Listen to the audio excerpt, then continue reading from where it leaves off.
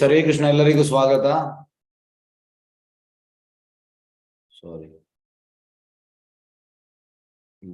Chapter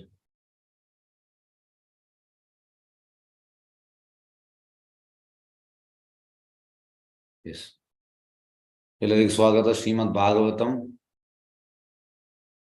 3ನೇ ಸ್ಕಂದ 14ನೇ ಅಧ್ಯಾಯ ಶ್ಲೋಕ 36.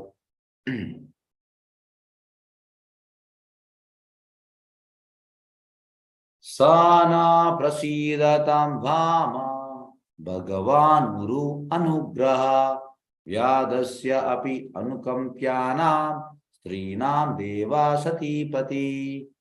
ಅನುವಾದ ಮತ್ತು ಭಾವಾರ್ಥ ಬೈ ಡಿವೈನ್ ಗ್ರೇಸ್ ಅಭಯ ಚರಣ ಅರವಿಂದ ಭಕ್ತಿ ವೇದಾಂತ ಸ್ವಾಮಿ ಶ್ರೀಲ ಪ್ರಭುಪಾದ್ ಕಿ ಜೈ. ನನ್ನ ಸೋದರಿ ಸತಿಯ ಗಂಡನು ನನ್ನ ಭಾವನೂ ಆಗಿರುವ ಶಿವ ನಮ್ಮೊಂದಿಗೆ ಪ್ರಸನ್ನವಾಗಿರಲಿ. ಅಲ್ಲದೆ ಆತ ಸಕಲ ಸ್ತ್ರೀಯರಿಗೂ ಆರಾಧಕ ಪ್ರಭು, ಸಕಲ ಐಶ್ವರ್ಯ ಮೂರ್ತ ಸ್ವರೂಪನಾದ ಆತ ಅನಾಗರಿಕ ಬೇಟೆಗಾರರು ಸಹ ಕ್ಷಮಿಸುವಂತ ಸ್ತ್ರೀಯರ ಬಗ್ಗೆ ಖಂಡಿತ ಅನುಗ್ರಹ ತೋರಬಲ್ಲನು. ಸ್ಥಿತಿ ಅಂತ ಹೇಳ್ತಾಳೆ ಇಲ್ಲಿ. ನನ್ನ ಸೋದರಿ ಅಂದ್ರೆ ದಾಕ್ಷಾಯಿಣಿ, ಸತಿ, ಅವಳ ಗಂಡ, ಹಾಗಾಗಿ ನನ್ನ ಭಾವ, ಇದನ್ನು ಹೇಳ್ತಾ ಇದ್ದಾಳೆ. ಮತ್ತೆ ಎಲ್ಲ ಸ್ತ್ರೀಯರ ಆರಾಧಕ ದೇವ ಯಾರು? ಶಿವ. ಮತ್ತೆಲ್ಲರನ್ನು ಕ್ಷಮಿಸ್ತಾನೆ ಅವ, ಹಾಗಾಗಿ ನನಗೆ ಕೂಡ ಅನುಗ್ರಹ ತೋರಿಸಲಿ ಅಂತ ಹೇಳ್ತಿದ್ದಾಳೆ. ಭಾವಾರ್ಥ ನೋಡುವ. ಶಿವನು ದ್ವಿತೀಯ ಸಹೋದರಿಯಲ್ಲೊಬ್ಬಳಾದ ಸತಿಯ ಪತಿ. ಸತಿಯ ಪತಿಯರು ಶಿವ, ದ್ವಿತೀಯ ಸೋದರಿಯವಳು ದಾಕ್ಷಾಯಿಣಿ. ದ್ವಿತೀಯು ತನ್ನ ಸಹೋದರಿಯನ್ನು ಪ್ರಸನ್ನಗೊಳಿಸಿದಳು. ದ್ವಿತೀಯ ಯಾರನ್ನು ಪ್ರಸನ್ನಗೊಳಿಸಿದ? ಅವಳ ಸಹೋದರಿ ಸತಿಯನ್ನು ಪ್ರಸನ್ನಗೊಳಿಸಿದಳು. ಇದರಿಂದ ಆಕೆ ದ್ವಿತೀಯನ್ನು ಕ್ಷಮಿಸುವಂತೆ ತನ್ನ ಗಂಡನನ್ನು ಪ್ರಾರ್ಥಿಸಬಹುದು. ಹಾಗೆ ಅವಳು ಸತಿ ದಾಕ್ಷಾಯಿಣಿ ಪ್ರಾರ್ಥನೆ ಮಾಡಬಹುದಂತೆ ಇವಳನ್ನು ಕ್ಷಮಿಸುವಂತದ್ದು. ನೋಡಿ ಇಲ್ಲಿ ಲಿಂಕ್ ಎಲ್ಲಿ ಮಾಡ್ತಾ ಇದ್ದಾಳೆ. ತಂಗಿಯ ಮೂಲಕ ಈಗ ಶಿವ ಕ್ಷಮಿಸ್ಬೇಕಂತ ಮಾಡ್ತಾ ಇದ್ದಾಳೆ ದಿತಿ. ಜೊತೆಗೆ ಶಿವನು ಸಕಲ ಸ್ತ್ರೀಯರಿಗೂ ಆರಾಧ್ಯ ದೇವ. ಎಲ್ಲ ಸ್ತ್ರೀಯರು ಶಿವನನ್ನು ಆರಾಧಿಸ್ತಾರೆ. ಯಾಕೆ ಆರಾಧನೆ ಮಾಡುವಂಥದ್ದು? ಯಾಕಂದ್ರೆ ನಮ್ಗೆ ಒಳ್ಳೇದಾಗ್ಲಿ ಅಂತ ಆರಾಧನೆ ಮಾಡುವಂಥದ್ದು. ಅನಾಗರಿಕ ಬೇಟೆಗಾರರು ಕರುಣೆ ತೋರುವಂತಹ ಸ್ತ್ರೀಯರ ವಿಷಯದಲ್ಲಿ ಆತ ಸಹಜವಾಗಿ ಕರುಣಾಮಯಿ. ಶಿವ ತುಂಬಾ ಕರುಣಾಮಯಿ, ಇಮಿಡಿಯೇಟ್ ಪ್ಲೀಸ್ ಆಗ್ತಾನೆ. ಆದ್ರೆ ಶಿವ ಕೊಡುವಂಥದ್ದು ಎಂತ? ಶಿವ ಕೊಡುವಂಥದ್ದು ಭೌತಿಕ, ಜನರಿಗೆ ಅದೇ ಬೇಕು ಭೌತಿಕ. ಶಿವ ಪ್ಲೀಸ್ ಆಗ್ತಾನೆ, ಶಿವ ಇಮಿಡಿಯೇಟ್ ಕೊಡ್ತಾನೆ. ಶಿವ ಸ್ವತಃ ಸ್ತ್ರೀಯರೊಡನೆ ಸಂಬಂಧವುಳ್ಳವನಾದ್ರಿಂದ ಸ್ತ್ರೀಯರ ಸ್ವಭಾವ ದೋಷವನ್ನು ಆತ ಚೆನ್ನಾಗಿ ತಿಳಿದಿರುತ್ತಾನೆ. ಸ್ತ್ರೀಯ ಸ್ವಭಾವ ಎಂತ ಅಂತ ಗೊತ್ತುಂಟಂತೆ ಶಿವನಿಗೆ. ದ್ವಿತೀಯ ಸ್ವಭಾವ ದೋಷದಿಂದ ಘಟಿಸಿರುವ ಅನಿವಾರ್ಯವಾದ ಆಕೆಯ ಈ ಅಪರಾಧ ಬಹುಶಃ ಆತ ಗಂಭೀರವಾಗಿ ಪರಿಗಣಿಸಲಾರ. ಅಂದ್ರೆ ಇದು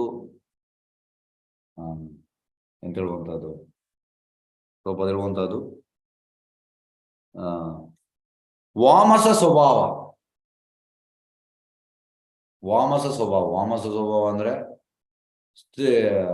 ಇಲ್ಲಿ ದ್ರೌಪದಿ ಹೇಳುವಂಥದ್ದು ಇವನನ್ನು ಕ್ಷಮಿಸು ಅಶ್ವತ್ಥಾಮನನ್ನು. ಅಲ್ಲಿ ಪ್ರಭುಪಾದ ಹೇಳ್ತಾರೆ ಸ್ತ್ರೀಯ ನೇಚರ್ ಹಾಗೆ ಅಂತೆ. ಅವಳು ಇಮಿಡಿಯೇಟ್ ಅಂತಂದ್ರೆ ಕರೆಕ್ಟ್ ಆಳೆ. ಹಾಗೆ ದ್ವಿತೀಯ ಸ್ವಭಾವ ದೋಷದಿಂದ ಘಟಿಸಿರುವ ಅನಿವಾರ್ಯವಾದ ಆಕೆಯ ಈ ಅಪರಾಧವನ್ನು ಬಹುಶಃ ಆತ ಗಂಭೀರವಾಗಿ ಪರಿಗಣಿಸಲಾರ. ಪ್ರತಿಯೊಬ್ಬ ಕನ್ಯೆಯು ಶಿವಭಕ್ತಿಯನ್ನು ತಿಳಿಯಲಾಗಿದೆ. ಹೆಚ್ಚಿನ ಸ್ತ್ರೀಯರು ಶಿವನ ಭಕ್ತರು. ಹಾಗೆ ಶಿವ ಇಮಿಡಿಯೇಟ್ ಆಗಿ ಪ್ಲೀಸ್ ಆಗ್ತಾನೆ. ಅವರ ಅಂದ್ರೆ ಸ್ತ್ರೀಯರ ಉದ್ದೇಶವನ್ನು ಅವ ಇಮಿಡಿಯೇಟ್ ಆಗಿ ತಿಳಿಯಬಲ್ಲ. ಈ ರೀತಿ ಹೇಳ್ತಾ ಇದ್ದಾರೆ. ದ್ವಿತೀಯು ತನ್ನ ಬಾಲ್ಯದ ಶಿವ ಪೂಜೆಯನ್ನು ನೆನಪಿಸಿಕೊಂಡು ಆತನ ಅನುಗ್ರಹಕ್ಕಾಗಿ ಪ್ರಾರ್ಥಿಸೋದು. ಹಾಗೆ ಬಾಲ್ಯದಲ್ಲಿ ದಿತಿ ಶಿವ ಪೂಜೆ ಮಾಡ್ತಾ ಇದ್ದಾಳಂತೆ. ಹಾಗೆ ಈಗ ಅನುಗ್ರಹಕ್ಕಾಗಿ ಪ್ರಾರ್ಥನೆ ಮಾಡ್ತಾ ಇದ್ದಾಳೆ. ನೋಡಿ, ಅವಳಿಂದ ತಪ್ಪಾಗಿದೆ. ಈಗ ಅವಳು ಈ ರೀತಿಯಲ್ಲೆಲ್ಲ ಹೇಳ್ತಾ ಇದ್ದಾಳೆ. ಎಸ್, ಶ್ಲೋಕ 37. ಮೈತ್ರೇಯ ಉವಾಚ ಸ್ವಸರ್ಗಸ್ಯ ಆಶಿಷಂ ಲೋಕ್ಯಾಂ ಆಶಾಶಾನಂ ಪ್ರವೇ ಪತಿ ನಿವೃತ್ತ ಸಂಧ್ಯಾ ನಿಯಮ ಭಾರ್ಯಾಯಾಂ ಆಹ ಪ್ರಜಾಪತಿ. ಅನುವಾದ ಬೈ ಅಭಯ ಚರಣ ಭಕ್ತಿ ಸ್ವಾಮಿ ಶ್ರೀಲ. ಮೈತ್ರೇಯ ಹೇಳಿದವನು ತನ್ನ ಪತಿಯ ನೋವಿಗೆ ಕಾರಣನಾದನೆಂಬ ಭಯದಿಂದ ಕಂಪಿಸಿದ ಪತ್ನಿ ದಿತಿಯನ್ನು ಉದ್ದೇಶಿಸಿ ಕಶ್ಯಪರು ಹೀಗೆ ಹೇಳಿದರು. ಸಂಧ್ಯಾ ವಂದನೆಗಳನ್ನು ಅರ್ಪಿಸುವ ತಮ್ಮ ದೈನಿಕ ಕರ್ತವ್ಯಗಳನ್ನು ಕಶ್ಯಪರು ಚ್ಯುತಿಗೊಂಡಿರುವುದನ್ನು ಆಕೆ ತಿಳಿದಿದ್ದಳು. ಆದರೂ ಆಕೆ ಈ ಜಗತ್ತಿನ ತನ್ನ ಮಕ್ಕಳ ಕ್ಷೇಮವಾಗಿರಬೇಕೆಂದು ಬಯಸಿದಳು. ನೋಡಿ, ಯಾವುದೇ ತಾಯಿಗೆ ಮಕ್ಕಳು ಕ್ಷೇಮವಾಗಿರ್ಬೇಕಂತ ಇಚ್ಛೆ ಇರ್ತದೆ. ಇದು ನ್ಯಾಚುರಲ್. ಮಕ್ಕಳು ಒಳ್ಳೆ ಕಲಿಬೇಕು, ಮಕ್ಕಳು ಕ್ಷೇಮವಾಗಿರ್ಬೇಕು, ಮಕ್ಕಳ ಅಂತ ಹೇಳುವಂಥದ್ದು ಆರೋಗ್ಯ ಒಳ್ಳೇದಿರ್ಬೇಕು, ಇದೆಲ್ಲ ಇರ್ತದೆ. ಹಾಗೆ ಈಗ ಇವಳಿಂದ ಮಿಸ್ಟೇಕ್ ಆಗಿದೆ. ಎಂತ ಮಿಸ್ಟೇಕ್? ಇವಳು ಸಂಧ್ಯಾ ಕಾಲದಲ್ಲಿ ಕಶ್ಯಪನೊಟ್ಟಿಗೆ ಕೂಡಿದ್ದು. ಹಾಗಾಗಿ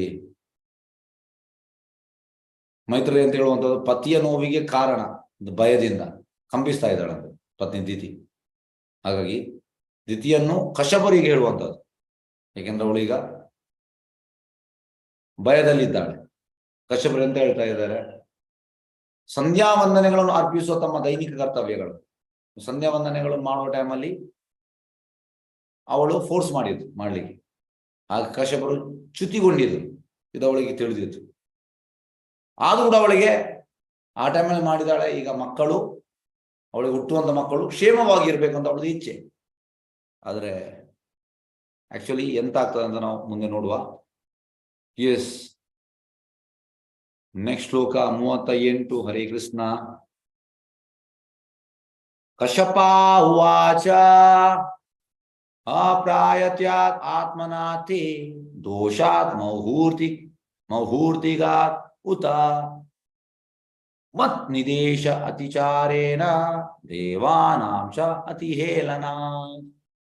ಅನುವಾದ ಮತ್ತು ಭಾವಾರ್ಥ ಬೈ ಡಿವೈನ್ ಗ್ರೇಸ್ ಅಭಯ ಚರಣಾರವಿಂದ ಭಕ್ತಿ ವೇದಾಂತ ಸ್ವಾಮಿ ಶೀಲ ಪ್ರಭುಪಾದ್ ಕಿ ಜೈ. ವಿದ್ವಾಂಸರಾದ ಕಶ್ಯಪರು ಹೇಳಿದರು, ನಿನ್ನ ಮನಸ್ಸು ಕಲುಷಿತವಾದ್ದರಿಂದ, ಆ ಸಮಯವು ದೋಷಪೂರಿತವಾದುದರಿಂದ, ನನ್ನ ನಿರ್ಲಕ್ಷ್ಯದಿಂದ ಹಾಗೂ ದೇವತೆಗಳನ್ನು ನೀನು ಉಪೇಕ್ಷಿಸುವುದರಿಂದ ಪ್ರತಿಯೊಂದು ಅಮಂಗಳಕರವಾಯಿತು. ಹೇಗೆಂತಂದ್ರೆ, ಅವಳಿಗೆ ಮಗು ಬೇಕಿತ್ತು. ಮಗು ಬೇಕಂತ ಎಂತ ಮಾಡಿದ್ಲು? ಸರಿಯಾದ ಸಮಯ ಅಲ್ಲ, ಅವಳ ಆ ಟೈಮಲ್ಲಿ ಮನಸ್ಸು ಕಲುಷಿತವಾಗಿತ್ತು, ಅದನ್ನ ಹೇಳ್ತಿದ್ದಾನೆ. ಮತ್ತೆ ಸಮಯವೂ ಸರಿಯಿರಲಿಲ್ಲ, ದೋಷಪೂರಿತವಾಗಿತ್ತು. ಮತ್ತೆ ಕಶ್ಯಪನ ಮಾತು ಕೂಡ ಕೇಳಲಿಲ್ಲ. ಅವ ಹೇಳಿದ, ಬೇಡ ಬೇಡ, ಈ ಟೈಮಲ್ಲಿ ಬೇಡ, ಸ್ವಲ್ಪ ವೇಟ್ ಮಾಡು. ಅದು ಕೂಡ ಅವಳು ಕೇಳಲಿಲ್ಲ.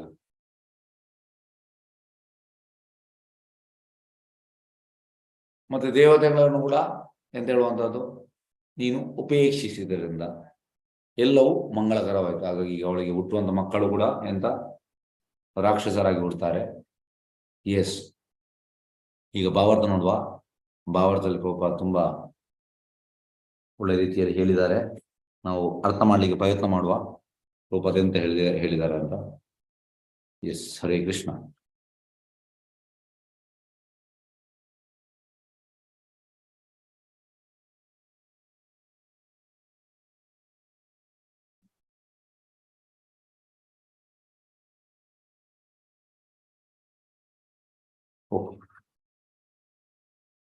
ಸಮಾಜದಲ್ಲಿ ಒಳ್ಳೆಯ ಸಂತಾನಕ್ಕೆ ನಿಬಂಧನೆಗೆ ಏನೆಂದರೆ, ಪತಿಯು ಧಾರ್ಮಿಕ ಹಾಗೂ ವಿಧಿ ತತ್ವಗಳನ್ನು ಶಿಸ್ತಿನಿಂದ ಪಾಲಿಸುವಂತನಾಗಿರಬೇಕು ಮತ್ತು ಪತ್ನಿಯು ಆತನಿಗೆ ವಿಧೇಯಳಾಗಿರಬೇಕು.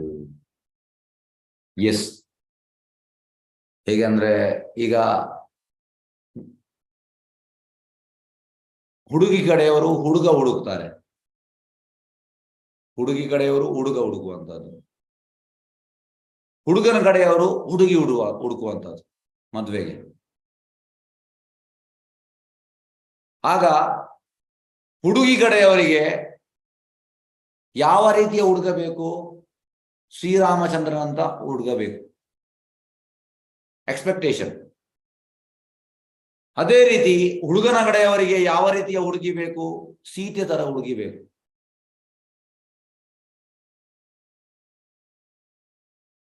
ಈಗ ಪ್ರಭುಪಾದ ಹೇಳುವಂತದ್ದು, ರಾಮನಾಗಿ ಯಾರು ಕೂಡ ಕ್ವಾಲಿಫೈಡ್ ಇಲ್ಲ ಅಂತೆ, ಸೀತೆಯಾಗಿ ಯಾರು ಕೂಡ ಕ್ವಾಲಿಫೈಡ್ ಇಲ್ಲ. ಆದ್ರೆ ಎಕ್ಸ್ಪೆಕ್ಟೇಷನ್ ಎಂತ? ನನ್ನ ಮಗಳಿಗೆ ರಾಮನ ತರ ಹುಡುಗ ಬೇಕು, ನನ್ನ ಮಗನಿಗೆ ಸೀತೆ ತರ ಹುಡುಗಿ ಬೇಕು. ಪ್ರಭುಪಾದ ಹೇಳುವಂಥದ್ದು, first you deserve then you desire. First ನಮ್ಗೆ ಅರ್ಹತೆ ಇರ್ಬೇಕಂದ್ರೆ ಮತ್ತೆ ನಾವು ಇಚ್ಛಿಸ್ಬೇಕು. ಹುಡುಗಿಯನ್ನು ಆ ರೀತಿ ಟ್ರೈನಿಂಗ್ ಮಾಡುವುದಿಲ್ಲ ಸೀತೆ ತರ, ಹುಡುಗನನ್ನು ಆ ರೀತಿ ಬೆಳೆಸುವುದಿಲ್ಲ ರಾಮನ ತರ. ಟ್ರೈನಿಂಗ್ ಅಲ್ಲಿ ದೋಷ ಉಂಟು. ತಂದೆ ತಾಯಿ ಮಕ್ಕಳನ್ನು ಹುಟ್ಟಿಸುವಂಥದ್ದು ಟ್ರೈನಿಂಗ್ ಮಾಡುವುದಿಲ್ಲ. ಆದ್ರೆ ಎಕ್ಸ್ಪೆಕ್ಟೇಷನ್ ಎಂತ? ಎಕ್ಸ್ಪೆಕ್ಟೇಷನ್ ಈ ರೀತಿ ಎಕ್ಸ್ಪೆಕ್ಟೇಷನ್. ನೀವು ನೋಡಿ, ಯಾರೇ ನೋಡಿ, ಇದು ಸರಿಯಾ ತಪ್ಪು? ಯಾರು ಹೇಳ್ತೀರಿ? ಈಗ ಹುಡುಗ ಹುಡುಕುವವ, ಸಾರಿ, ಹುಡುಗಿ ಸೈಡ್ ಅಲ್ಲಿ ಈಗ ನಿಮ್ಮಲ್ಲಿ ಪ್ರಶ್ನೆ ಕೇಳ್ತಾ ಇದ್ದಾನೆ. ಈಗ ಹುಡುಗಿ ಕಡೆಯವರಿಗೆ ರಾಮನಂತ ಹುಡುಗ ಬೇಕಾ ಬೇಡವಾ? ಎಸ್, ದಯವಿಟ್ಟು ಒಂದು ನಿಮಿಷ ಓಪನ್ ಅನ್ಮ್ಯೂಟ್ ಮಾಡ್ತಾ ಇದ್ದಾನೆ. ನೋಡಿ, ಹುಡುಗಿ ಸೈಡ್ ಅವರು ಯಾರಾದ್ರೆ ನಿಮ್ಗೆ ಗೊತ್ತಿರ್ಬೋದು. ನೀವು ನಿಮ್ಮ ಮಗಳಿಗೆ ಹುಡುಗ ಹುಡುಕುವಾಗ ಯಾವ ರೀತಿ ಹುಡುಗನ ಹುಡುಕ್ತೀರಿ? ಎಸ್, ಮಗಳಿಗೆ, ಮಗಳು ಸೈಡ್ ಅವರು ಎಸ್, ಯಾವ ರೀತಿ ಹುಡುಗನ ಹುಡುಕ್ತೀರಿ? ರಾಮನಾಗಿ ಹುಡುಗ ಬೇಕಾ ಬೇಡವಾ ನಮ್ಗೆ? ಕರೆಕ್ಟ್ ಅಲ್ಲ? ಮತ್ತೆ ಹುಡುಗನ ಸೈಡ್ ಅವರು ಹುಡುಗಿಯನ್ನು ಹುಡುಕುವಾಗ ಸೀತೆ ತರ ಬೇಡವಾ? ನಾವು ಎಷ್ಟೆಲ್ಲ ಕ್ರಾಸ್ ವೆರಿಫಿಕೇಶನ್ ಮಾಡ್ತೇವೆ, ಬೇರೆಯವ್ರದ್ದು ಕೇಳ್ತೇವೆ, ಹೇಗೆ ಹುಡುಗಿ, ಹೇಗೆ ಹೇಗೆ ಹುಡುಗ, ಹೇಗೆ. ನಾವು ಸಡನ್ ಆಗಿ ಮದುವೆಗೆ ಒಪ್ಪುವುದಿಲ್ಲ. ತುಂಬಾ ನಾವು ಯೋಚನೆ ಮಾಡಿ, ಸಂಬಂಧಿಕರ ಹತ್ರ ಕೇಳಿ, ಅವ್ರ ಹತ್ರ ಕೇಳಿ, ಇವ್ರ ಹತ್ರ ಕೇಳಿ, ಈ ರೀತಿಯಲ್ಲಿ ನಾವು ಮಾಡ್ತೇವೆ. ಯಾಕೆಂದ್ರೆ ನಮ್ಮ ಡಿಸೈರ್ ಹಾಗೆ, ಇದು ಸಹಜ. ಎಲ್ಲರಿಗೂ ಮಗಳಿಗೆ, ಮನೆಗೆ ಸೊಸೆ ಅಂದ್ರೆ ಸೀತೆ ತರ ಬರಬೇಕು, ಮತ್ತೆ ಅಳಿಯ ಅಂದ್ರೆ ರಾಮನ ತರ ಬರಬೇಕು, ಇದು ಇಚ್ಛೆ. ಆದರೆ ಪ್ರಭುಪಾದ ಹೇಳುವಂಥದ್ದು, ಯಾರು ಕೂಡ ಕಲಿಯುಗದಲ್ಲಿ ರಾಮನ ತರ ಇಲ್ಲ, ಸೀತೆ ತರ ಕೂಡ ಇಲ್ಲ. ಈಗ ಮಿಸ್ಟೇಕ್ ಎರಡು ಕಡೆ ಕೂಡ ಉಂಟು ನೋಡಿ. ಪತ್ನಿ ಅಂದ್ರೆ ಸೀತೆ ಅಂದ್ರೆ ವಿಧೇಯಳಾಗಿರಬೇಕು, ಇದು ಕ್ವಾಲಿಫಿಕೇಶನ್ ಸೀತೆ. ಪತಿ ಅಂದ್ರೆ ಧಾರ್ಮಿಕ ಹಾಗೂ ವಿಧಿ ತತ್ವಗಳನ್ನು ಶಿಸ್ತಿಂದ ಪಾಲನೆ ಮಾಡಬೇಕು. ನೀವು ಒಂದು ತೋರಿಸಿ ಯಾರಾದ್ರೂ ಈ ರೀತಿ ಇದ್ದಾರಾ ಅಂತ. ನಿಮಗೆ ಸಿಗ್ಲಿಕ್ಕೆ ಇಲ್ಲ, ಕಲಿಯುಗದಲ್ಲಿ ಇಂಥವ್ರು ಸಿಗ್ಲಿಕ್ಕೆ ಇಲ್ಲ. ಹಾಗಾಗಿ ಅವನಿಗೆ ಯಾವುದೇ ಒಂದು ಹೆಂಗಸು ಸಿಗ್ಬೇಕಿದ್ರೆ, ಹೆಣ್ಣು, ಈ deserves such type of girl. ಈಗ ಒಂದು ಹೆಣ್ಣಿಗೆ ಗಂಡ ಸಿಗ್ಬೇಕಿದ್ರೆ she deserves such type of husband.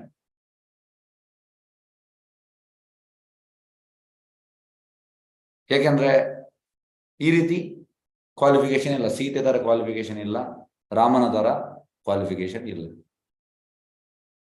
Sita ಮತ್ತೆ ರಾಮನ ತರ ಕ್ವಾಲಿಫಿಕೇಶನ್ ಇದ್ರೆ ಆಗ ಒಳ್ಳೆ ಸಂತಾನ ಆಗ್ತದೆ. ನೋಡಿ, ಈಗ ಒಂದು ವಿಷಯ ಅಂತಂದ್ರೆ, ನಾನು ಯಾವಾಗ್ಲೂ ಇದು ಪ್ರಭುಪಾದಿದ್ದು ಮರ್ಸಿ,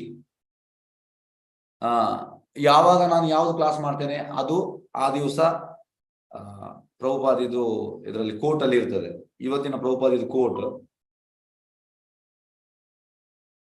ಇವತ್ತು ಪ್ರಭುಪಾದಿನ ಕೋರ್ಟ್ ಇವತ್ತು ಇದಕ್ಕೆ ರಿಲೇಟ್ ಆಗ್ತದೆ. ನಾನು ಯಾವಾಗ ಭಾವಾರ್ಥ ಮಾಡ್ತೇನೆ ಅದೇ ಇರ್ತದೆ. ಇದು ಪ್ರಭುಪಾದಿದ್ದು ಮರ್ಸಿ. ನನಗೆ ಇನ್ನೂ ಫರ್ದರ್ ಅಂಡರ್ಸ್ಟ್ಯಾಂಡ್ ಮಾಡ್ಲಿಕ್ಕೆ ಪ್ರಭುಪಾದ ಕೊಡುವುದಾ ಗೊತ್ತಿಲ್ಲ ನನಗೆ. ಎಸ್, ಇವತ್ತು ನೋಡಿ 8th May, you have to make it public that I am going to have Garbhadana Samskara. It is not a secret thing, it is a ceremony. And then when she is pregnant, no more sex. No more sex means so long the child is there, 10 months, and unless the child is grown up at least 6 months, no sex. That means once you have sex and then abstain for 16 months. 16 months ಅಂದ್ರೆ 1 ತಿಂಗಳು, 1 ವರ್ಷ 4 ತಿಂಗಳು. ಪ್ರಭುಪಾದ ಹೇಳುವಂಥದ್ದು,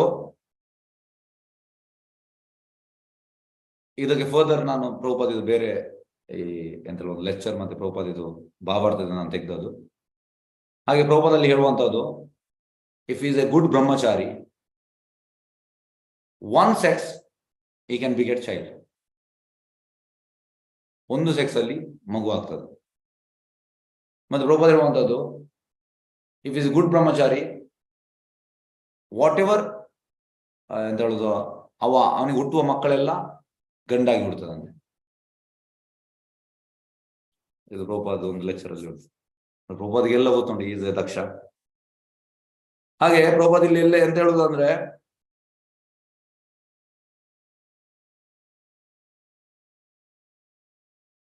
ten months ಅಂದ್ರೆ sex ಆದ್ಮೇಲೆ, ಮತ್ತೆ ಒಮ್ಮೆ sex ಆದ್ಮೇಲೆ 9 ತಿಂಗಳಲ್ಲಿ ಮಗು ಆಗ್ತದೆ. ಆ ಟೈಮಲ್ಲಿ ಸೆಕ್ಸ್ ಮಾಡ್ಲಿಕ್ಕಿಲ್ಲ. ಮತ್ತೆ ಮಗುವಾಗಿ 6 ತಿಂಗಳು ಮಾಡ್ಲಿಕ್ಕಿಲ್ಲ. ಹಾಗೆ ಒಟ್ಟಿಗೆ ಎಷ್ಟಾಯ್ತು? 12 ತಿಂಗಳು, 16 ಮಂತ್ಸ್. 1 ವರ್ಷ 4 ತಿಂಗಳು, ಮತ್ತೆ ಇನ್ನೊಂದು ಮಗು. ಹಾಗೆ ಈ ರೀತಿ ಮಾಡ್ತಾ ಹೋಗ್ಬೋದಂತೆ. ಎಂತಂದ್ರೆ 16 ತಿಂಗಳಿಗೆ ಒಂದೊಂದು ಮಗು. ಪ್ರಭುಪಾದ ಅನ್ಲಿಮಿಟೆಡ್ ಮಾಡ್ತಾ ಹೋಗ್ಬೋದು. If he is totally devotion, that child will be also devotee. ಏಕೆಂದ್ರೆ ಪ್ರಭುಪಾದ ಹೇಳುವಂಥದ್ದು ಮತ್ತೊಂದು ಕಡೆ ಪ್ರಭುಪಾದ ಹೇಳ್ತಾರೆ, ಈಗ ಗರ್ಭಧಾನ ಸಂಸ್ಕಾರ, ಪ್ರಭುಪಾದ ಇಲ್ಲಿ ಗರ್ಭಧಾನ ಸಂಸ್ಕಾರ ಅಂದ್ರೆ ಮದುವೆ ಆಗೋ ಮುಂಚೆ ಡಿಸೈಡ್ ಮಾಡುವಂಥದ್ದು.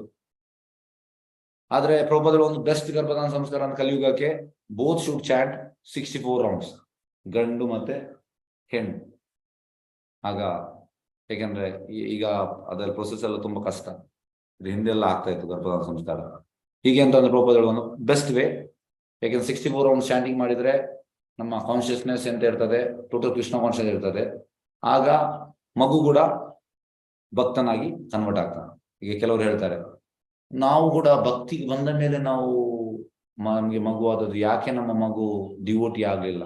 ಕೆಲವೊಮ್ಮೆ ಎಂತ ಆಗ್ತದೆ ಅಂದ್ರೆ ಇನಿಷಿಯಲಿ ಒಂದು 10-12 ವರ್ಷ 15 ವರ್ಷ ಇರ್ತಾರೆ, ಭಕ್ತಿಯಲ್ಲಿ ಸ್ವಲ್ಪ ಸ್ವಲ್ಪ ಆಸಕ್ತಿ ಇರ್ತದೆ. ಮತ್ತೆ ಎಂತ ಆಗ್ತದೆ ಅಂದ್ರೆ ಕಾಲೇಜಿಗೆ ಹೋದ ಮೇಲೆ ಅವರ ಫ್ರೆಂಡ್ಸ್ ಕೇಳಿದ್ರೆಲ್ಲ, ಮತ್ತೆ ಅವರು ಈ ಸೋ ಕಾಲ್ಡ್ ನಮ್ಮ ಭೌತಿಕ ಮೆಟೀರಿಯಲ್ ವರ್ಲ್ಡ್ ಅಲ್ಲಿ ಎಂತ ಆಗ್ತದೆ ಅದರ ಮೇಲೆ ಅವರಿಗೆ ಆಸಕ್ತಿ ಬರ್ತದೆ, ಸೋ ಕಾಲ್ಡ್ ಸೈನ್ಸ್ ಮೇಲೆ.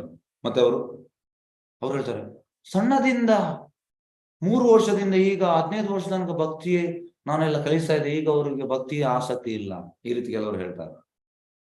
ಹಾಗಾಗಿ ಮೇನ್ ಇದನ್ನ ಫಾಲೋ ಮಾಡಿದ್ರೆ, ಗರ್ಭಧಾನ ಸಂಸ್ಕಾರ ಇದನ್ನ ಫಾಲೋ ಮಾಡಿದ್ರೆ ಮಗು ಡಿವೇಟ್ ಆಗುದಿಲ್ಲ. ಅಂದ್ರೆ ಮಗು ಹೊಟ್ಟೆಯಲ್ಲಿರುವಾಗಲೇ ಕ್ಲಾಸ್ ಕೇಳುವಂಥದ್ದು, ಜಪ ಮಾಡುವಂಥದ್ದು. ಹೇಗೆ ಅಂದ್ರೆ ಕೈಯಾದು ಹೊಟ್ಟೆಯಲ್ಲಿ ಪ್ರಹ್ಲಾದ್ ಮಹಾರಾಜ್ ಇರುವಾಗ ಹೇಗೆ ನಾರದ ಮುನಿ ಹೇಳಿದಂತ ಆ ಭಾಗವತ ರಸವನ್ನು ಹೇಗೆ ಪ್ರಹ್ಲಾದ್ ಮಹಾರಾಜ್ ಕುಡಿದ್ರು, ಹಾಗಾಗಿ ಇದು ಕೂಡ ಒಂದು ಇದಾಗ್ತದೆ. ಅದಕ್ಕೆ ಮಗು ಡಿವೋಟಿ ಆಗ್ಲಿಕ್ಕೆ ಅದು ಕೂಡ ಕಾರಣ ಆಗ್ತದೆ. ಎಸ್, ಹಾಗೆ ಇಂಥದ್ದೆಲ್ಲ ಪ್ರಭುಪಾದ ಹೇಳಿದ್ದಾರೆ. ಇದನ್ನೆಲ್ಲ ಫಾಲೋ ಮಾಡಿದರೆ ಖಂಡಿತ ನಮ್ಮ ಮಗು ಡಿವೋಟಿ ಆಗುವುದರಲ್ಲಿ ಇನ್ನೊಂದು ಮಾತು ಇಲ್ಲ, ಖಂಡಿತ ಆಗ್ತದೆ. ಹೀಗೆ ಅಂತಂದ್ರೆ ಕೆಲವೊಮ್ಮೆ ಆಗ್ತದೆ, ನಾವು ಈ ಕ್ಲಾಸ್ ಕೇಳಿದ ಮೇಲೆ ಎಸ್ ನನ್ನ ಮಗು ಕೂಡ ಡಿವೋಟಿ ಆಗ್ಬೇಕಿತ್ತು, ನನ್ನ ಮಗು ಪ್ರಹ್ಲಾದ್ ಮಹಾರಾಜ್ ಸರ್ ಆಗ್ಬೇಕಿತ್ತು. ಒಬ್ಬರು ಲಾಸ್ಟ್ ಟೈಮ್ ಈಗ ಒಂದು 5 ವರ್ಷದಿಂದ ಒಬ್ಬರು ಹೇಳಿದ್ರು, ಎಸ್ ನನ್ನ ಮಗು ಪ್ರಹ್ಲಾದ್ ಮಹಾರಾಜ್ ಸರ್ ಆಗ್ಬೇಕು. ಪ್ರಹ್ಲಾದ್ ಮಹಾರಾಜ್ ಸರ್ ಆಗ್ಬೇಕಿದ್ರೆ ಇದನ್ನು ಫಾಲೋ ಮಾಡ್ಬೇಕು. ಪ್ರಭುಪಾದ ಇವತ್ತಿನ ಮೆಸೇಜ್ ಅಲ್ಲಿ ಎಂತ ಹೇಳಿದ್ದಾರೆ, ಆ ರೀತಿ ಎಲ್ಲ ಫಾಲೋ ಮಾಡಿದ್ರೆ ಚಾನ್ಸಸ್ ಉಂಟು. ಅಂದ್ರೆ ಗಂಡು ಮತ್ತೆ ಹೆಂಗಸಿದ್ದು ಕಾನ್ಶಿಯಸ್ನೆಸ್, ಪ್ರಜ್ಞೆ, ಅದು ಮಗುವಿಗೆ ಟ್ರಾನ್ಸ್ಫರ್ ಆಗುವಂಥದ್ದು. ಹಾಗೆ ಇಬ್ಬರದು ಕೂಡ ಕೃಷ್ಣ ಪ್ರಜ್ಞೆ ಇದ್ರೆ ಖಂಡಿತ ಅಲ್ಲಿ ಮಗುವಿಗೆ ಕೂಡ ಆ ಪ್ರಜ್ಞೆ ಬರ್ತದೆ, ಅದರಲ್ಲಿ ಇನ್ನೊಂದು ಮಾತು ಇಲ್ಲ. ಎಸ್, ನೆಕ್ಸ್ಟ್, ಧಾರ್ಮಿಕ ನಿಯಮಗಳಿಗೆ ಅನುಸಾರವಾದ ಸಂಭೋಗವು ಕೃಷ್ಣ ಪ್ರಜ್ಞೆಯ ಸಂಕೇತವೆಂದು ಭಗವದ್ಗೀತೆಯಲ್ಲಿ 7.11 ಹೇಳಿದೆ. ಅಂದ್ರೆ ಬಲಂ ಬಲವತಾಂ ಚಾಹಂ ಕಾಮರಾಗ ವಿವರ್ಜಿತಂ ಧರ್ಮ ಅವಿರುದ್ಧ ಭೂತೇಶು ಕಾಮೋ ಅಸ್ಮಿ ಭರತಾಶ್ರಮ. ಅಂದ್ರೆ ನಾನು strength, I am the strength of the strong ಅಲ್ಲಿ ಹೇಳುವಂಥದ್ದು. ಮತ್ತೆ ನಾನು ಸೆಕ್ಸ್ ಲೈಫ್ ನಾನು ಅಂತ ಕೃಷ್ಣ ಹೇಳ್ತಾನೆ. ಅಂದ್ರೆ ಅದು ಧಾರ್ಮಿಕ ತತ್ವಗಳಿಗೆ ಅನುಸಾರವಾದ, ಅಂದ್ರೆ related to religious principles Krishna ಅಲ್ಲಿ ಹೇಳ್ತಾನೆ ಭಗವದ್ಗೀತೆ. ಹಾಗಾಗಿ ಈಗ ಶ್ರೀಲ ಭಕ್ತಿನಾಥ ಸರಸ್ವತಿ ಠಾಕೂರ್ ಹೇಳುವಂಥದ್ದು, ಈ ವಾಸ್ ನೈಷ್ಠಿಕ ಬ್ರಹ್ಮಚಾರಿ. ಅವ್ರು ಹೇಳುವಂಥದ್ದು, I am ready to marriage. ಅವರು ಮದುವೆ ಆಗಲಿಲ್ಲ, ಶ್ರೀಲ ಭಕ್ತಿನಾಥ ಸರಸ್ವತಿ ನೈಷ್ಠಿಕ ಬ್ರಹ್ಮಚಾರಿ. ನಾನು ಮದುವೆ ಆಗ್ಲಿಕ್ಕೆ ಸಿದ್ಧ, ನಾನು 100 ಮಕ್ಕಳನ್ನು ಹುಟ್ಟಿಸ್ಲಿಕ್ಕೆ ಸಿದ್ಧ, ಆದ್ರೆ ನನ್ನ ಮಕ್ಕಳು ಕೃಷ್ಣ ಪ್ರಜ್ಞೆ ಬರ್ತಾರೆ ಅಂತ ಗ್ಯಾರಂಟಿ ಇಲ್ಲ, ಅದಕ್ಕೆ ನಾನು ಮದುವೆ ಆಗುವುದಿಲ್ಲ. ಇದವರ ಎಂತ ಹೇಳುವಂತಹದ್ದು ಹಂಬಲ್ನೆಸ್. ಯಾಕೆಂದ್ರೆ ಅವ್ರು 100 ಮಕ್ಕಳು ಹುಟ್ಟಿದ್ರು ಕೂಡ ಅವ್ರು ಕೂಡ ಡ್ಯೂಟಿ ಆಗ್ತಾರೆ, ಅದು ಬೇರೆ ವಿಷಯ. ಆದ್ರೆ ಹೇಗೆ ಅಂದ್ರೆ ಇದು ತುಂಬಾ ಮುಖ್ಯ, ಮಕ್ಕಳನ್ನು ಹುಟ್ಟಿಸುವುದಲ್ಲ. ಪ್ರಭುಪಾದ ಹೇಳುವಂತಹದ್ದು, ಈಗ ಸರ್ಕಾರ ಹೇಳುವಂತಹದ್ದು ಮುಂಚೆ 2 ಬೇಕು 1 ಸಾಕು ಅಂತ ಇತ್ತು. ಈಗ ಸರ್ಕಾರ ಕಡಿಮೆ, ಪಾಪ್ಯುಲೇಷನ್ ಕಡಿಮೆ ಮಾಡ್ಬೇಕಂತ ಹೇಳ್ತಾ ಇದೆ ಸರ್ಕಾರದ್ದು. ಅದು ಎಜೆಂಡಾ, ಪಾಪ್ಯುಲೇಷನ್ ಜಾಸ್ತಿ ಆಗಬಾರ್ದು, ಜನ ಹುಟ್ಟಿಸ್ಕೊಂಡು. ಪ್ರಭುಪಾದ ಹೇಳುವಂತಹದ್ದು ಹುಟ್ಟಿಸುವುದಲ್ಲಿ ಪ್ರಾಬ್ಲಮ್ ಇಲ್ಲ ಅಂದ್ರೆ 10 ಬೇಕಾದ್ರೂ ಹುಟ್ಟಿಸ್ಬೋದಂತೆ, 15 ಮಕ್ಕಳನ್ನು. ಸಮಸ್ಯೆ ಎಲ್ಲಿರುವಂತದ್ದು, ಕೃಷ್ಣ ಪ್ರಜ್ಞೆ ಇಲ್ಲ. ಹಾಗಾಗಿ ಓವರ್ ಪಾಪ್ಯುಲೇಷನ್ ಪ್ರಾಬ್ಲಮ್ ಅಲ್ಲ. ಪಾಪ್ಯುಲೇಷನ್ ಅಂದರೆ ಕೃಷ್ಣ ಪ್ರಜ್ಞೆ ಇಲ್ಲದು ಪ್ರಾಬ್ಲಮ್. ಹಾಗಾಗಿ ಕೃಷ್ಣ ಪ್ರಜ್ಞೆ ಇದ್ರೆ ಎಷ್ಟು ಮಕ್ಕಳು ಕೂಡ ಹುಟ್ಟಿಸ್ಬೋದು. ಯಾಕಂದ್ರೆ they will be asset, they will be future creatures. ಈಗ ತಂದೆ ತಾಯಿ ಇಬ್ಬರು ಕೂಡ ಕೃಷ್ಣ ಪ್ರಜ್ಞೆ ಆದ್ರೆ ಮಕ್ಕಳು ಹುಟ್ಟಿದವರು ಕೂಡ ಫ್ಯೂಚರ್ಗೆ ಡ್ಯೂಟೀಸ್ ಆಗ್ತಾರೆ. ಅವರು ದೇ ವಿಲ್ ಬಿ ಪ್ರೀಚರ್ಸ್. ಹಾಗೆ ಇಟ್ ಈಸ್ ಅಸೆಟ್.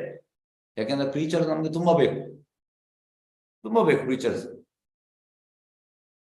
ಎಸ್, ಸಂಭೋಗಕ್ಕೆ ತೊಡಗುವ ಮುನ್ನ ಪತಿ ಪತ್ನಿ ಇಬ್ಬರು ತಮ್ಮ ಮನಸ್ಸಿನ ಸ್ಥಿತಿ, ವಿಶಿಷ್ಟ ಕಾಲ, ಗಂಡನ ನಿರ್ದೇಶನ ಹಾಗೂ ದೇವತೆಗಳಿಗೆ ವಿಧೇಯರಾಗಿರೋದು, ಇವುಗಳನ್ನು ಗಮನಿಸಬೇಕು. ಇದನ್ನೆಲ್ಲ ಫಾಲೋ ಮಾಡಿದ್ರೆ ಮಗು ದೇವತಾ ಕಾನ್ಶಿಯಸ್ನೆಸ್ ಇರುವ, ಅಂದ್ರೆ ದೈವಿ ಗುಣ ಇರುವ ಮಗು ಹುಡ್ತದೆ. ಇದನ್ನು ಫಾಲೋ ಮಾಡಿದ್ರೆ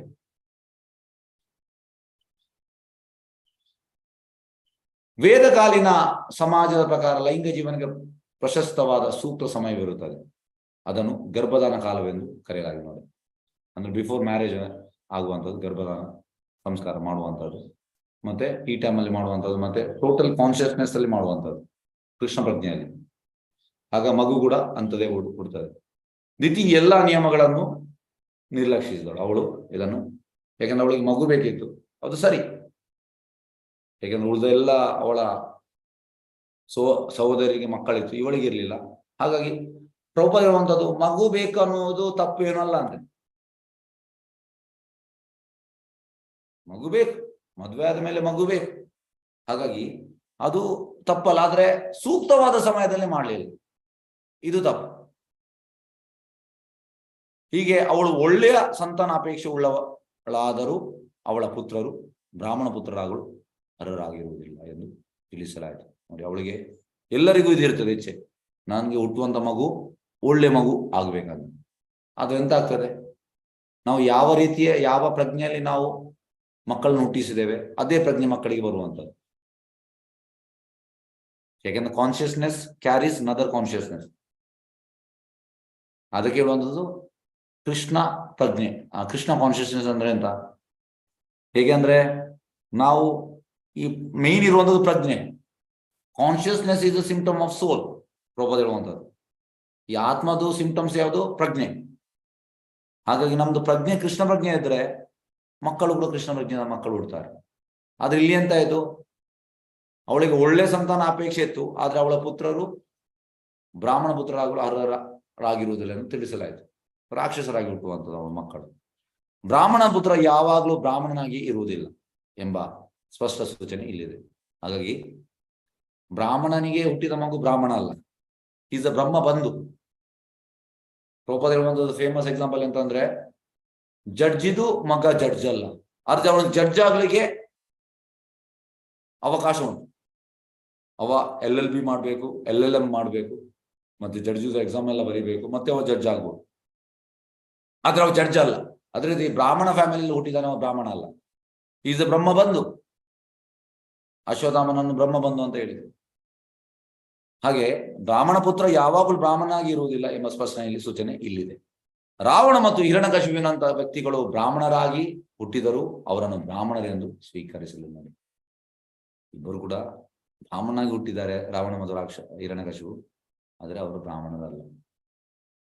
ಯಾಕೆಂದ್ರೆ ಅವರ ಬ್ರಾಹ್ಮಣಿಕಲ್ ಕಲ್ಚರ್ ಇಲ್ಲ ಅವರಿಗೆ. ಕಾನ್ಶಿಯಸ್ನೆಸ್ ಬ್ರಾಹ್ಮಣರ ಕಾನ್ಶಿಯಸ್ನೆಸ್ ಅಲ್ಲ. ಹಾಗೆ ಒಬ್ಬ ಚಂಡಾಲ ಫ್ಯಾಮಿಲಿ ಹುಟ್ಟಿರ್ಬೋದು, ಆದ್ರೆ ಒಂದು ಕಾನ್ಶಿಯಸ್ನೆಸ್ ಬ್ರಾಹ್ಮಣಿಕಲ್ ಆಗಿದ್ರೆ ಈಸ್ ದ ಬ್ರಾಹ್ಮಣ. ಹುಟ್ಟು ಮೇನ್ ಅಲ್ಲ. ಏಕೆಂದ್ರೆ ಅವರ ಜನನಕ್ಕೆ ಅವರ ತಂದೆ ವಿಧಿ ನಿಯಮಗಳನ್ನು ಸರಿಯಾಗಿ ಪಾಲಿಸಲಿಲ್ಲ. ಯಾಕೆ ಬ್ರಾಹ್ಮಣ ಫ್ಯಾಮಿಲಿಯಲ್ಲಿ ಅವರು ಹುಟ್ಟಿದ್ರು ಕೂಡ ಅವರ ತಂದೆ ವಿಧಿ ನಿಯಮ ಪಾಲಿಸಲಿಲ್ಲ. ಹಾಗಾಗಿ ಅವರ ಮಕ್ಕಳು ಬ್ರಾಹ್ಮಣರಲ್ಲ. ಯಾರು? ರಾವಣ ಮತ್ತು ಹಿರಣ್ಯಕಶಿಪು ಬ್ರಾಹ್ಮಣ ಅಲ್ಲ, ರಾಕ್ಷಸರು. ಅಂತ ಮಕ್ಕಳನ್ನು ದಾನವರು ಅಥವಾ ರಾಕ್ಷಸರು ಎಂದು ಕರೆಯುತ್ತಾರೆ. ಹಾಗಾಗಿ ಅಂತ ಮಕ್ಕಳನ್ನು they are not Brahmanas, they are ದಾನವ ಅಥವಾ ರಾಕ್ಷಸರು. ಹಿಂದಿನ ಯುಗಗಳಲ್ಲಿ ಶಿಸ್ತು ಪಾಲನೆಯ ಉಪೇಕ್ಷೆಯಿಂದಾಗಿ ಒಬ್ಬಿಬ್ಬರು ರಾಕ್ಷಸರಿದ್ದರು. ಆದರೆ ಕಲಿಯುಗದಲ್ಲಿ ಲೈಂಗಿಕ ಜೀವನದಲ್ಲಿ ಶಿಸ್ತು ಎಂಬುದೇ ಇಲ್ಲ. ನೋಡಿ, ಹಿಂದಿನ ಕಾಲದಲ್ಲಿ ಒಬ್ಬಿಬ್ಬರು ಇದ್ರಂತೆ, ಈಗ ಕಲಿಯುಗದಲ್ಲಿ ಎಲ್ಲರೂ. ಪ್ರಭುಪಾದಿರುವಂಥದ್ದು ಕಲಿಯುಗದಲ್ಲಿ ಒಂದು ಫ್ಯಾಮಿಲಿಯಲ್ಲಿ ಒಂದು ಹಿರಣ್ಯಕಶಿಪು, ಒಂದು ಹಿರಣ್ಯಾಕ್ಷ, ಒಂದು ರಾವಣ, ಒಂದು ಕುಂಭಕರ್ಣ, ಒಂದು ಕಂಸ, ಒಂದು ಜರಾಸಂಧ, ಒಂದು ದುರ್ಯೋಧನ, ಒಂದು ದುಶ್ಯಾಸನ, ಒಂದು ಶಿಶುಪಾಲ, ಒಂದು ದಂತವಕ್ರ. ಹಾಗೆ ಮನೆಯಲ್ಲಿ 10 ಮಂದಿ ಎಲ್ಲರೂ ರಾಕ್ಷಸರು. ಪ್ರಭುಗಳು ಅಂದ್ರೆ ರಾಕ್ಷಸ ಪ್ರವೃತ್ತಿ. ಹಿಂದಿನ ಯುಗದಲ್ಲಿ ಒಬ್ಬಿಬ್ರು ಇದ್ರು ರಾಕ್ಷಸರು, ಈಗಾಗೆಲ್ಲ ಕಲಿಯುಗದಲ್ಲಿ ಎಲ್ಲರೂ ರಾಕ್ಷಸ, ಅಂದ್ರೆ ಅವರ ಪ್ರವೃತ್ತಿ ರಾಕ್ಷಸಿ ಪ್ರವೃತ್ತಿ. ಆದರೆ ಕಲಿಯುಗದಲ್ಲಿ ಲೈಂಗಿಕ ಜೀವನ ಶಿಸ್ತು ಎಂಬುದಿಲ್ಲ. ಹೀಗಾಗಿ ಹೇಗೆ ತಾನೇ ಒಬ್ಬ ಒಳ್ಳೆಯ ಸಂತಾನವನ್ನು ನಿರೀಕ್ಷಿಸಬಹುದು. ಹಾಗಾಗಿ ನಮ್ಮ ಶ್ಲೋಗನೆ ಅಂತಂದ್ರೆ ಇಂದಿನ ಮಕ್ಕಳೇ ಮುಂದಿನ ಜನಾಂಗ ಅಲ್ಲ, ಇಂದಿನ ಮಕ್ಕಳು ಮುಂದಿನ ಪ್ರಾಣಿಗಳು. ಯಾಕೆಂದ್ರೆ ಯಾವ ರೀತಿಯಲ್ಲಿ ಮಗುವನ್ನು ಹುಟ್ಟಿಸಿದ್ದಾರೆ, ಯಾವ ಕಾನ್ಶಿಯಸ್ನೆಸ್ ಅಲ್ಲಿ ಹುಟ್ಟಿದ್ದಾರೆ, ಹಾಗೆ ಅವ ಪ್ರಾಣಿಯಾಗಿ ಹುಟ್ಟುವಂಥದ್ದು, ಇಲ್ಲ ರಾಕ್ಷಸರಾಗಿ ಹುಟ್ಟುವಂಥದ್ದು. 4 ರೀತಿಯ ಜನರು. ನಮಾಂ ದುಷ್ಕೃತನ ಮೂಢ ಪ್ರಪದಂತೆ ನರಾಧಮ ಮಾಯಾ ಅಪೃತ ಜ್ಞಾನ ಆಸುರಿಮಾಂ ಆಶ್ರಿತ. ಕಲಿಯುಗದಲ್ಲಿ ಅಂದ್ರೆ ಒಂದು ಮೂಢರು, ನರಾಧಮರು ಮತ್ತು ಮಾಯಾ ಅಪೃತ ಜ್ಞಾನರು, ರಾಕ್ಷಸ ಸ್ವಭಾವ, ಇಂಥವರೇ ಇರುವಂಥದ್ದು. ಹಾಗೆ ಹೇಗೆ ಒಳ್ಳೆ ಎಕ್ಸ್ಪೆಕ್ಟ್ ಮಾಡ್ಲಿಕ್ಕೆ ಆಗ್ತದೆ? ಕೃಷ್ಣ ಪ್ರಜ್ಞೆಯಿಂದ ಆಗ್ತದೆ. ಈಗ ಸಣ್ಣ ಪ್ರಾಯದಲ್ಲೇ ಕೃಷ್ಣ ಪ್ರಜ್ಞೆ ಸಿಕ್ಕಿ ಮತ್ತೆ ನಾವು ಮಕ್ಕಳನ್ನು ಹುಟ್ಟಿಸಿದ್ರೆ ಆಗ ಎಂತಾಗ್ತದೆ? ಮಕ್ಕಳು ಒಳ್ಳೆಯ ಸಂತಾನ ಆಗ್ತದೆ. ಇಲ್ಲದೆ ಆಗುವುದು ಖಂಡಿತವಾಗಿಯೂ ಅನಪೇಕ್ಷಿತ ಮಕ್ಕಳು ಸಮಾಜದಲ್ಲಿ ಸಂತೋಷಕ್ಕೆ ಕಾರಣವಾಗುವುದಿಲ್ಲ. ಹಾಗಾಗಿ ಕಲಿಯುಗದಲ್ಲಿ ಸಂತೋಷ ಇಲ್ಲ. ಯಾಕೆ? ಮಕ್ಕಳಲ್ಲಿ ಕೃಷ್ಣ ಪ್ರಜ್ಞೆ ಇಲ್ಲ. ಆದರೆ ಕೃಷ್ಣ ಪ್ರಜ್ಞೆ ಚಳವಳಿಯ ಮೂಲಕ, ಅದು ಕೃಷ್ಣ ಪ್ರಜ್ಞೆ ಅಂತ ಮಾತ್ರ ಈಗ ರಿಫಾರ್ಮೇಶನ್ ಮಾಡ್ತಾರೆ, revolution. Krishna consciousness is creating a revolution ಎಂತಂದ್ರೆ ಎಲ್ಲರಿಗೂ ಈ ಕೃಷ್ಣ ಪ್ರಜ್ಞೆ ಕೊಟ್ಟು ನೆಕ್ಸ್ಟ್ ಬರುವಂತ ಜನರೇಷನ್ ಎಲ್ಲವೂ ಕೃಷ್ಣ ಪ್ರಜ್ಞೆಯ ಜನರೇಷನ್ ಆಗ್ತದೆ.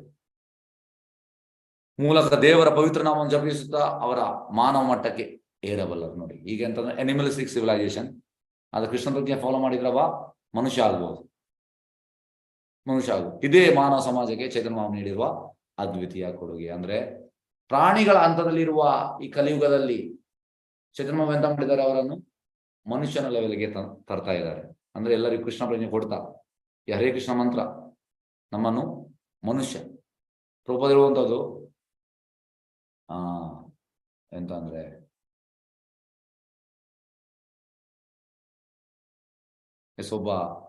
ಒಬ್ಬ ಹೇಳುವಂಥದ್ದು, ಎಸ್ ನಾನು ಭಕ್ತ, ಐ ಆಮ್ ಡಿವೋಟಿ. ಅದಕ್ಕೆ ಪ್ರಭುಪಾದ ಹೇಳ್ತಾರೆ, ಪ್ರಭುಪಾದ ಶಿಷ್ಯ 5 ವರ್ಷ ಮುಂಚೆ ನೀನು ಎಂತ ಆಗಿದ್ಯಾ ಕೃಷ್ಣ ಪ್ರಜ್ಞೆ ಬರುವ ಮುಂಚೆ? ಅದಕ್ಕೆ ಅವ ಹೇಳ್ತಾನೆ, ಐ ವಾಸ್ ಎ ಅನಿಮಲ್. ಅಂದ್ರೆ ಪ್ರಾಣಿಗಳು ಎಂತ ಮಾಡ್ತಾ ಉಂಟು ಅದನ್ನು ಮಾಡ್ತಾ ಇದ್ದೆ. ಈಗ ನೀನ್ ಎಂತ ಆಗಿದ್ಯಾ? ಈಗ ನಾನು ಭಕ್ತನಾಗಿದ್ದೇನೆ. ಪ್ರಭುಪಾದ ಹೇಳ್ತಾರೆ, ನೀನೀಗ ಭಕ್ತನಾಗ್ಲಿಲ್ಲ, ನೀಗ ಮನುಷ್ಯನಾಗಿದ್ಯಾ. ಭಕ್ತನಾಗುವಂಥದ್ದು ದೊಡ್ಡ ವಿಷಯ. ಹಾಗಾಗಿ ಪ್ರಾಣಿಗಳ ಸ್ತರದಿಂದ ನಾವೀಗ ಮನುಷ್ಯರಾಗಿದ್ದೇವೆ. ಈಗ ನಮಗೆ ಕೃಷ್ಣ ಬಗ್ಗೆ ಅರ್ಥ ಆಗ್ತಾ ಉಂಟು. ಈ ಕೃಷ್ಣ ಬಗ್ಗೆ ನಾವು ಫಾಲೋ ಮಾಡಿ ಒಂದ್ ದಿವಸ ನಾವು ಭಕ್ತರಾಗಬಹುದು. ಯಾವಾಗಲೂ ಹೇಗೆ ಅಂದ್ರೆ, I am trying to become a devotee. I am not devotee. ಅಂದ್ರೆ ಡಿವೋಟಿ ಆಗ್ಲಿಕ್ಕೆ ನಾನು ಪ್ರಯತ್ನ ಮಾಡ್ತಾ ಇದ್ದೇನೆ. ನಾನೀಗ ಮನುಷ್ಯನಾಗಿದ್ದೇನೆ. ಪ್ರಾಣಿಗಳ ಸ್ತರದಲ್ಲಿ ಇದ್ದೆ, ಕಲಿಯುಗ ಅಂದ್ರೆ ಪ್ರಾಣಿಗಳ ಸ್ತರ. ಈಗ ನಾನು ಮಾನವ ಮಟ್ಟಕ್ಕೆ ಬಂದಿದ್ದೇನೆ ಕೃಷ್ಣ ಪ್ರಜ್ಞೆಯಿಂದ. ಈಗ ನಾನು ಭಕ್ತನಾಗಲಿಕ್ಕೆ ಪ್ರಯತ್ನ ಮಾಡ್ತಾ ಇದ್ದೇನೆ. ಹರೇ ಕೃಷ್ಣ 2 ಪ್ರಶ್ನೆದಲ್ಲಿ ಕೇಳಬಹುದು.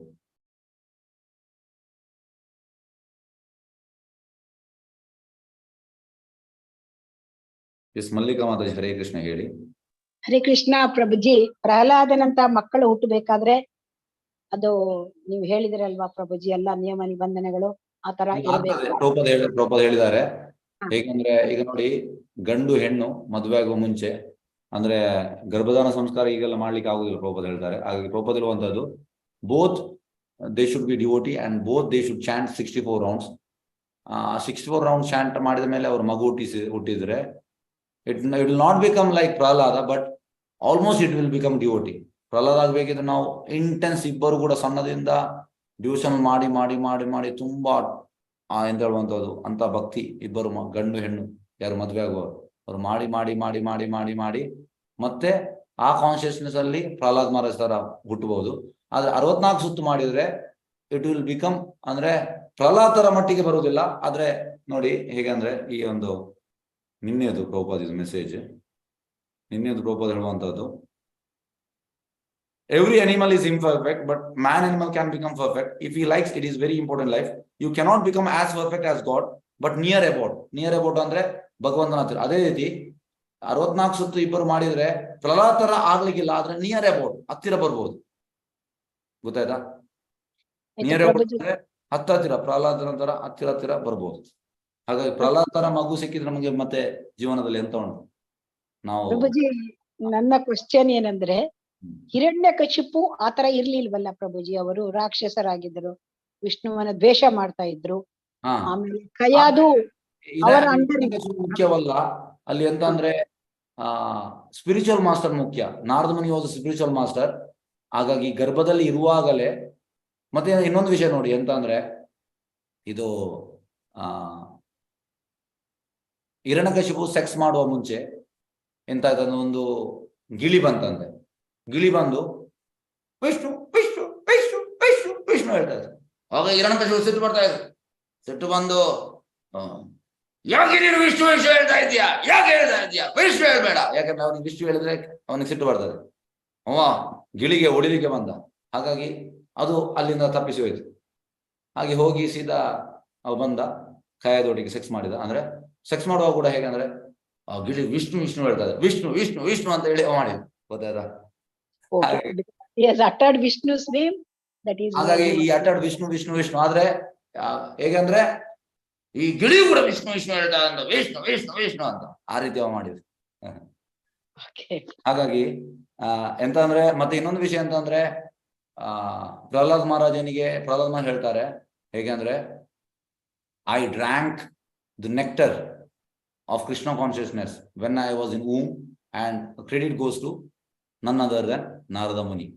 ಹಾಗಾಗಿ ನಾರದ ಮುನಿಯ ಕೃಪೆಯಿಂದ, ಯಾಕಂದ್ರೆ ಕಯಾದು ಗರ್ಭದಲ್ಲಿರುವಾಗ, ಅದೇ ರೀತಿ ಈಗ ಒಬ್ಬ ರಾಕ್ಷಸಿ ಫ್ಯಾಮಿಲಿ ಹುಟ್ಟಿರ್ಬೋದು, ಆದ್ರೆ ಗರ್ಭದಲ್ಲಿರುವಾಗ ಟೋಟಲ್ ಕೃಷ್ಣ ಪ್ರಜ್ಞೆಯ ಜ್ಯೂಸ್ ಅನ್ನು ಕುಡಿದ್ರೆ ಆ ಮಗು ಡಿವೋಟಿ ಆಗ್ತದೆ. ಇದಕ್ಕೆ ಉದಾಹರಣೆ ಪ್ರಹ್ಲಾದ್ ಮಹಾರಾಜ್. ಎಸ್, ಹರೇ ಕೃಷ್ಣ. ಪ್ರಭುಜಿ, ಅಂದ್ರೆ ಅವರು ಅಂದ್ರೆ ಇಚ್ಛೆ ಪಟ್ಟು ಹೇಳದೇ ಇದ್ರು, ದ್ವೇಷದಿಂದ ಹೇಳಿದ್ರು ಕೂಡ ಅವರು ವಿಷ್ಣು ನಾಮವನ್ನು ಹೇಳಿದ್ದಾರೆ. ಎಫೆಕ್ಟ್ ಆಗಿದೆ ಅದು. ಮತ್ತೆ ಅವರಿಗೆ ಕಯಾದುವಿನಲ್ಲಿ ನಾರದರ ಒಂದು ಕೃಪೆ ಸಿಕ್ಕಿದೆ. Hare Krishna.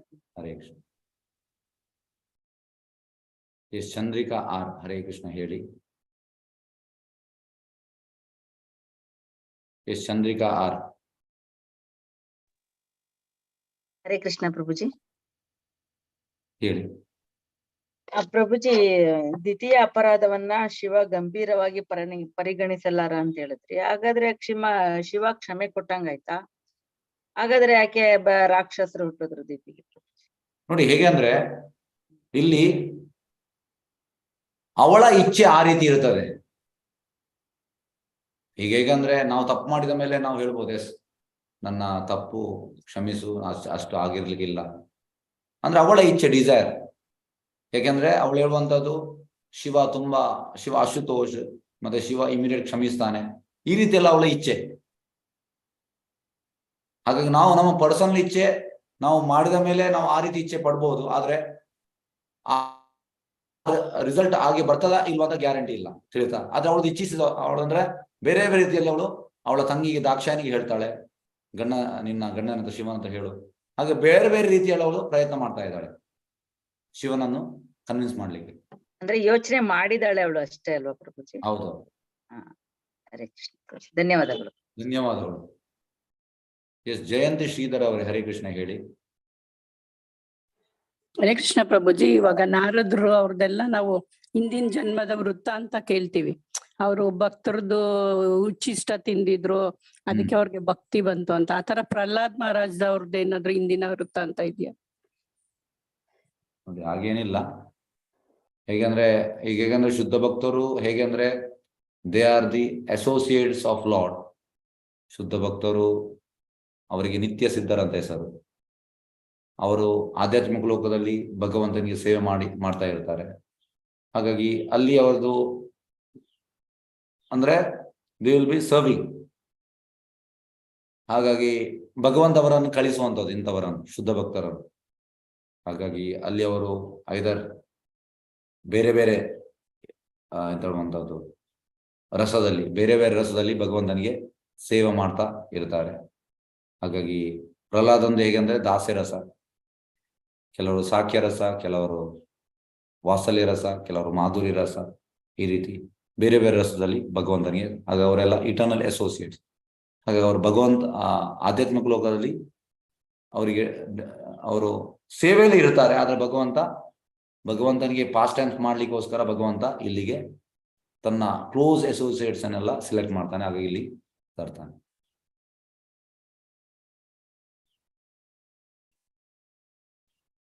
S, Hare Krishna. Yes, okay. ಹಾಗಾದ್ರೆ ನಾವು ಮುಕ್ತಾಯ ಮಾಡುವ. ವಾಂಛಾ ಕಲ್ಪತರೋಭಿಶ್ಚ ಕೃಪಾ ಸಿಂಧುಭ್ಯೇವ ಚ ಪತಿತಾನಾಂ ಪಾವನೇಭ್ಯೋ ವೈಷ್ಣವೇಭ್ಯೋ ನಮೋ ನಮಃ. ಅನಂತ ಕೋಟಿ ವೈಷ್ಣವ